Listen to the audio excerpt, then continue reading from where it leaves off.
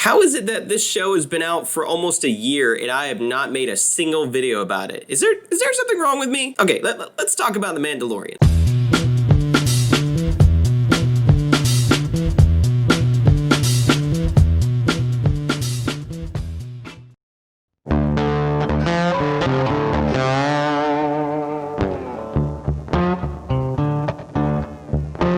The Mandalorian has taken the world by storm. And it's not even the most flashy looking Star Wars production, but what it lacks in flash, it makes up for in substance and quality. And even though there's no real Jedi or Sith running around in this show like you might expect, at least so far, I don't know about season 2, but that's okay. The show does great even apart from that. Although I guess technically you could consider Baby Yoda to be a kind of Jedi character, although we don't really know where he's from or where he's going or what his significance in the rest of the series will have. Hopefully in season 2 we'll get some more answers about that, but I digress. Now I'll be honest with you, I was surprised that this show turned out to be as great as it is, and it's not because I doubt the creative talent behind it, but just because the concept didn't sound all that amazing to me when I first heard about it, especially since they were starting with a new character that I was unfamiliar with. Although shows like Rebels and the Clone Wars have enjoyed a pretty high measure of success, something like The Mandalorian was obviously going to be a much bigger risk, especially when your protagonist wears a helmet for 99% of the show. But even with everything against them, the team still managed to pull it off, and this show is just excellent. I honestly think that this is something really just about every Star Wars fan should be able to enjoy. And that's saying a lot, considering the Star Wars fandom is often one of the most divided fan bases, I think, of any franchise out there.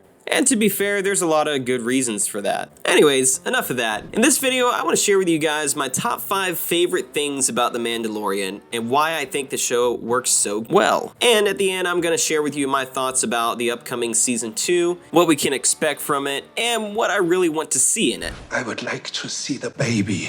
You and me both, man. You and me both. That's all I want to see is the baby. All right, enough of that. Let's get this thing going. Starting off with number 5, the visual effects. Now, I'm a little inconsistent when it comes to how I appreciate visual effects. My standards for visual effects just tend to be different from a lot of people. Like, for example, I think the prequels still look really good, although a lot of people feel like they're really dated. I don't really care. I think they look good, okay? They're pleasing to my eyes. But I think most of us can probably agree that The Mandalorian's visual effects generally look really good. Now, given that this is still a Star Wars project, there would be the temptation from the creators to go way above and beyond and extravagant with the visuals to where it could actually detract from the storytelling and maybe even hinder it for the sake of just spectacle. But I'm glad that they showed enough restraint to where you're never really taken out of the focus of the story with the visuals. In other words, the visuals work perfectly in line as a form of the narrative. And it's good that they're not emphasized, because if you ever emphasize one element of your storytelling too much, it can actually take you out of the immersion and out of the experience. And so I'm glad that they didn't ever go too crazy and didn't ever go too extravagant, and it's just enough to where it looks excellent, and to me it will be one of those shows that looks great 10 years, 20 years down the road, even if our technology gets a lot better. I can't imagine how hard finding that balance is as a storyteller, so the fact that they were able to get that balance for the show and not go too crazy with it while still maintaining a very high level quality of visual effects is really impressive. So that's one of the reasons why I really love the visual effects. I think you'll probably agree when you see the blending of the computer generated effects and the practical effects and the new technology that they employed called the volume. This kind of technology is so revolutionary. I can't even believe that it's possible that they utilize this, but it's really amazing stuff. So yeah, by the way, check out the documentary. Anyways, moving on. Number 4, the music. Now, I've always thought that the music of Star Wars is one of its greatest appeals. Now, since John Williams has left the Star Wars franchise with the conclusion of the Skywalker saga, that leaves a big void for other composers to fill. There have been a few names that have stepped up to the plate to help out, at least temporarily. With that said, with every new Star Wars project, I'm always really curious to hear what the new composers are bringing to the table. So for The Mandalorian, they chose Ludwig Göransson. He actually has a pretty amazing list of credits so far. He did Creed and Black Panther, and most recently, he did the Christopher Nolan film Tenet, which I completely forgot about that was the same composer, and I was thoroughly impressed by that because Christopher Nolan hasn't really worked with any other composers apart from Hans Zimmer that I'm aware of, and so those are pretty big shoes to fill on his end as well. Now, the reason why I think Göransson does such a great job with The Mandalorian is because, for one thing, he tries something very new, but it works so well because it complements what's happening on screen in a way that really enhances the storytelling. The best example of this is when the Mandalorian character himself makes his first entrance in the first episode. When he comes through the doors, that theme is played, and it was recorded using a bass recorder, and it's got this almost tribal sound to it and kind of harkens back to this idea that the Mandalorians are a very mysterious people and have a legacy, but that legacy may have been lost. Anyways, the point is that he sticks out, and so this theme that Göransson came up with really complements that so well. Now, even though this particular piece of music doesn't really sound like anything I've heard in Star Wars before, you wouldn't want your main character to sound just like everybody else and to have the same kind of emphasis and the same tonality to it. So it makes sense that you would go with something very unique and something that will help him stick out better. There are some moments, especially towards the end of certain episodes, when the music begins to crescendo and it sounds a lot more like a traditional Star Wars theme. It's still different enough to where it sets itself apart, but it sounds fantastic. To me, this score serves as a great example of how to capture the heart and soul of what makes Star Wars music so great, without being too similar and without being too different to where it's unrecognizable. Again, though, I have always felt that music is such a big part of Star Wars. The fact that Ludwig Göransson has created such a unique and complementary soundtrack is a great accomplishment. It helps the music not only complement the show, it's also just really enjoyable to listen to. And for me, that makes it a great soundtrack. Number 3, the supporting characters. One of the great things about The Mandalorian is that it is not lacking in great supporting characters, which actually makes it a little hard to talk about because I could spend an entire video just on the supporting characters. And I'm just gonna focus on a couple here that come to mind and probably have the biggest roles on the show aside from the Mandalorian himself. So let's talk about Greef Karga for a second. Now, he's played by Carl Weathers, which most of us will probably remember from the Rocky films or The First Predator and a bunch of other roles he's played. He is an awesome actor. He is so charismatic, and something about his voice I've always found to be really compelling. And so seeing him as this leader of the Bounty Hunters Guild dealing with the Mandalorian directly is a real treat for fans. I think one of the things that makes his character so great is that, yes, he commands a lot of confidence, but you also don't know about where his true intentions lie for most of the show. And of course, you've probably seen it by now. You probably know how his character turns out. So I'm curious to see where he goes in season 2, if he will continue to kind of walk that line between friend or foe, or if he'll just be more established as a definite ally of the Mandalorian. So I'm curious to see how that happens. But regardless, he's a great character and probably one of the best on the show. All right, now we have to talk about Cara Dune, who's played wonderfully by Gina Carano. Now, she has always had some really cool supporting roles, and in real life, she is truly capable of kicking your butt because she has been trained in Muay Thai and MMA, so she's been fighting for a long time off screen, and the fact that she's able to convey that kind of physical prowess on screen is so awesome because she basically plays a Rebel Alliance shock trooper. So that means that she was the kind of soldier that was first to the front lines, leading the charge, kicking butt. The first time you meet her on screen and she has this big fight with the Mandalorian, it is so awesome. And she's actually, I think she's physically a little bit bigger than him, than the actor playing as him. There's a scene later in the show where she actually like picks up the Mandalorian and drags him inside to save him. And it's so awesome because you know that Gina Carano actually was able to pick him up easily and is just that dadgum strong. By no means do I want to reduce her role to just being great because she's physically strong and she's a capable fighter. She's actually really quite interesting, and I think the fact that they gave her this backstory as a Rebel Alliance shock trooper is really interesting because it's not really something that's talked about a whole lot. The war between the Empire and the Rebel Alliance after the Return of the Jedi is something that's only been touched on a little bit, so I'm always curious to see more characters who have been in that role and been more in direct combat. And if I'm being honest, she's just downright likable and charming. I mean,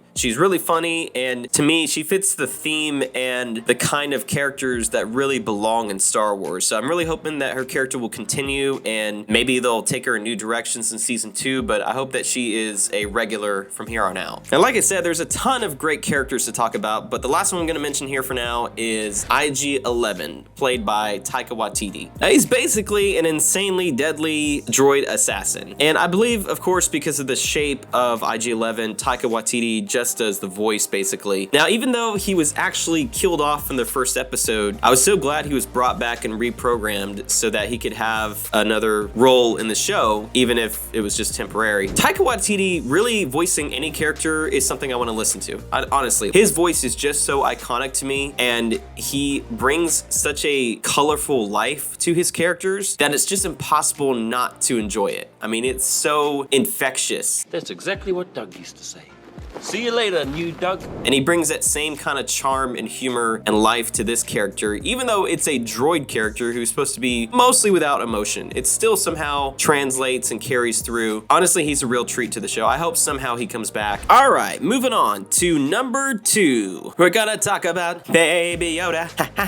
Baby Yoda. Baby Yoda, or the child. I don't really know his name. Nobody really knows his name. All we know is he just looks like a little baby Yoda because he's the same species as Yoda and he's a boy apparently. So there you go. Now, I don't really know much about Mando's past bounties, but I suspect that he's really never come across a character like the child before. But I've actually given it some thought, and I've considered the possibility that maybe one of the reasons why he spared Baby Yoda, or at least protected him from IG-11, is because he was in a similar position when he was a boy, where his life was basically threatened by a droid and he was completely vulnerable. It was only because of the intervention of a Mandalorian that he even survived. So maybe he saw a little bit of himself in that moment, that he owed this child protection. I don't know, that's just a theory of mine, but it's something I was kind of thinking about when I was making this video, that, oh, you know, he's kind of in a similar position as the Mandalorian was when he was a kid. Now, Star Wars has always had its fair share of really cute characters, whether it's a alien of some kind or a droid, but I'll be honest, I'm not sure anything has ever topped Baby Yoda before. I mean, you just look at this guy, and that is, if that is not the cutest thing I've ever seen in my life, then I don't know what is, except maybe my daughter, because I'm sorry, my daughter is always going to be the cutest thing that I've ever seen. Baby Yoda is such a great example of the creative talent at Lucasfilm, and they put so much effort into this little guy to make him so he could be very expressive and have some really funny movements. And honestly, it's amazing that they were able to pull off what they did and keep him as basically a puppet the whole time. I think maybe the fact that he is a puppet, and since Yoda was also primarily a puppet, except in the prequels, that probably adds to his appeal because you're reminded of the Yoda character who is also a puppet. That's another similarity that they share. Not only that, it's just the way that they were able to bring him to life in such a believable way. I don't know, there's something about puppetry that can be so deceptively appealing, even to an adult like myself. I'm looking at this character and I just can't help but be completely enthralled by him. There's a lot of mystery surrounding his character, and I'm not really sure where they're gonna go with him in the next season. I don't know if he's intended to be on the show forever. I'm partially hoping that some of his origins remain a mystery, because Yoda, for example, is such a fascinating character, but I love that there's really not much known about him. I'm totally fine with that. To me, some of the appeal with some of these characters in Star Wars is that you don't know about their origins. You don't know where they came from. You don't know really much about their history, but somehow that makes them more interesting. That's why I mentioned it before, but I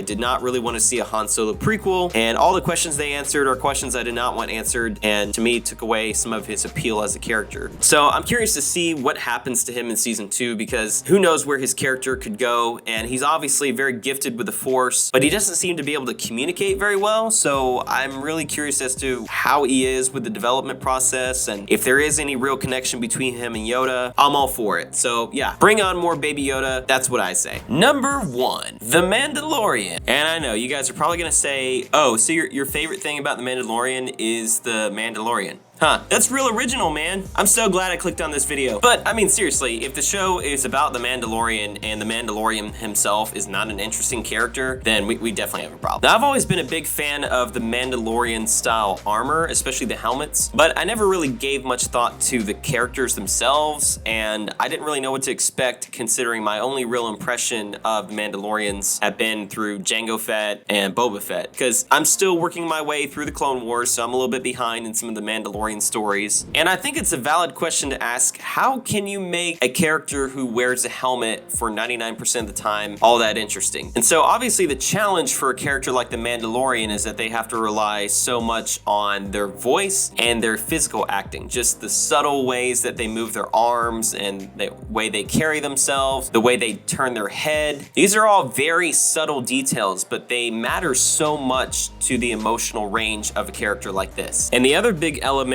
of the emotional range conveyed here is the voice acting. And in most cases, the Mandalorian is usually shouting at someone or making a witty remark. Pedro Pascal is able to convey that range in a really effective way doing voiceover work, which not only makes each line a lot more intentional and a lot more interesting, but it also helps it be more memorable. And I think too, it's really effective because he's able to convey that kind of cool confidence as a experienced veteran bounty hunter who's basically the top of his league. He's able to convey that really well through the voice acting. I think what makes him such an interesting character is that he commits himself to the Mandalorian creed in such a passionate way, so he's bound by this code of honor, essentially. Even though he starts out as just a very talented bounty hunter, his mission becomes a lot more important than that. And so your first impression of him initially is that he's really just doing this for himself. He's a lone wolf. He's just trying to make his way in the universe. As you dig deeper into the show and you learn more about his history, you find that he's not only driven by a lot more than that, but he's also ultimately living for a lot more than just himself. Now, again, I don't want them to divulge everything about his character in this next season, but I would love to see them explore his past a lot more. There's a lot more I could say about his character, but I'm just gonna wrap it up here and just share with you my last thoughts about the upcoming season 2. So first things first, I think that trailer looks really amazing. I get the sense that they've really upped the scale of the show in terms of things like the visual effects and the different worlds that they travel to. I also think that the story has probably expanded in scope because now we're starting to see groups like the Jedi really start to cross paths with the Mandalorian. And I'm a little concerned about this because I don't want the show to become too focused on Force users. Not that I have a problem with that generally, because my favorite things about Star Wars usually have to do with the Force users. But since the show is focused on Din Djarin, the Mandalorian, I don't want it to overshadow his character. I don't want him to get lost in the shuffle of all these potential cameos that they might put out. But I also really would like to see the show fit into the rest of the main story a little bit more, because the period between Return of the Jedi and The Force Awakens is one that really hasn't been explored that much, especially in the beginning years of the New Republic. So I actually am quite curious about it. I just want them to try to balance it so that it's not overpowering and overshadowing the Mandalorian's main story. Aside from that, I don't really have any other hopes or expectations for season 2. I think it's just going to be a great adventure, and I hope that they just continue to build on these characters and the story. Hopefully this is a sign that Disney is really headed in the right direction with Star Wars. I think that they've released some good content, but I think that they could do better. And what they really need to do,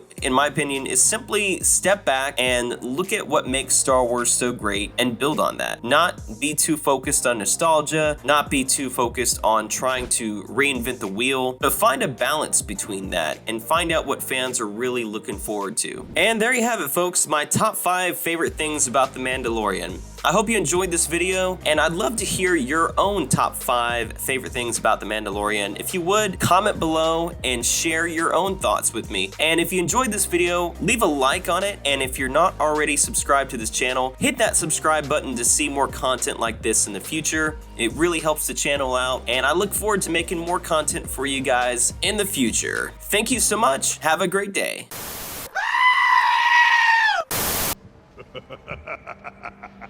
Okay. Hello there.